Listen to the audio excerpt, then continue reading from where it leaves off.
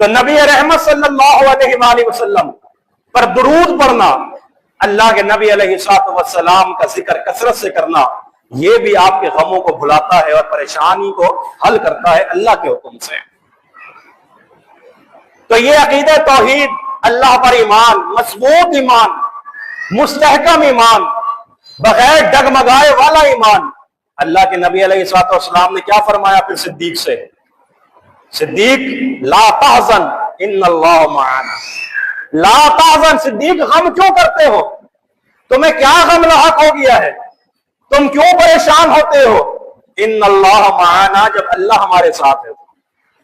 معلوم ہوا اللہ ساتھ ہے، اللہ کے ساتھ تعلق مضبوط ہے، تو پھر کوئی غم اور کوئی پریشانی اور کوئی ڈپریشن کی بات نہیں ہو سکتی ہے۔ ایک ایسا کرنٹ دوڑ جانا چاہیے میرے جسم کے اندر، ایک ایسی راحت پیدا ہو جانی چاہیے اور ایسی حرارت پیدا ہو جانی چاہیے کہ میرا ایمان اللہ پہ اتنا مضبوط ہے کہ زمین اور آسمان ایک ہو جائے، لیکن میرا ایمان اللہ رب العالمین کی ذات پہ ذرے کے برابر بھی ڈگمگائے گا نہیں۔ پھر جنازہ آ کے ہمارا پڑھیے، دیکھیے مساجد میں ہمارا جنازہ کیسے پڑھا جاتا ہے۔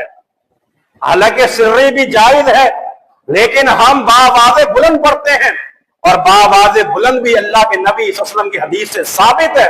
سورہ فاتحہ بھی پڑھی جاتی ہے، اور سورہ فاتحہ کے بعد درود ابراہیمی پڑھا جاتا ہے۔ پڑھا جاتا ہے یا نہیں پڑھا جاتا؟